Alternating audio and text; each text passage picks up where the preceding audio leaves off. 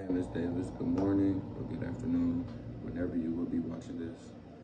This is my speech for 6-1, the video of recording me reading it to you. But here I go. My title is College Athletes Being Paid. Being in college is a dream for a lot of people and athletes. I don't want to just put the main focus on student athletes, but to be honest, those are the only students that are struggling financially while being at school. I'm not putting out student loans. I just want to talk about having money to eat or to get groceries or maybe hygiene or things for your dorm. I have been through the process my first year of college or on not having the funds to get food, groceries, bars of soap, and more.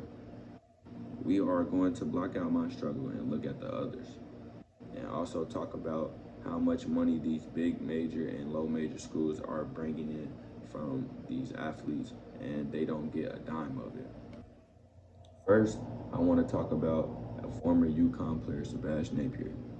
He was an outstanding player for UConn his 4 years there and earned himself a spot in the NBA draft after his time at UConn.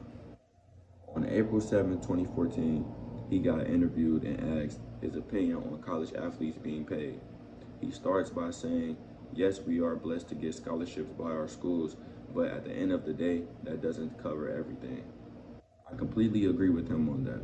If you look at it at a JUCO standpoint, some JUCOs don't give out scholarships at all. If they do, then they are very, very limited. Sebastian Napier also says, "I'm not saying give student athletes hundreds of thousands of dollars because some people don't know how to handle themselves when it comes to money." He was also asked by an interviewer, "Do you feel like an employee?" Sebastian responded with, "I just feel like a student athlete. Sometimes there are hungry nights and I'm still expected to go out and play to the best of my ability." That one interview can go a long way with how student athletes struggle on getting food or just having a little money to do something. Shabazz played at a high level school also, a Division I. It happens literally everywhere. Coaches are important, but they are not the ones running and jumping all day. They are not the reasons for a sold out crowd and their team is doing fantastic. Yes, coaching is a part of winning, but the players are the ones out on the court showcasing their talent. It is an article on USA Today saying that the average total pay for FBS head coaches last year season was 2.7 million. It was a 1.1% increase from the season before. That's a lot of money for the players to not get one dime of it. Some coaches get paid way more than others. Plus, Division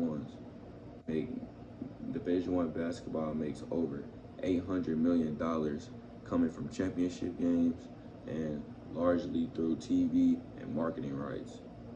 That's entirely too much money for not one player to get a dime of it.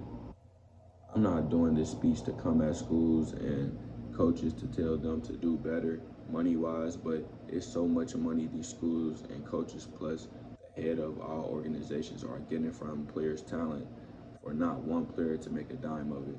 I hope my info helps you understand the situation a little or more, or helps you understand completely. Hopefully things will change for the future in college athletes. Thank you.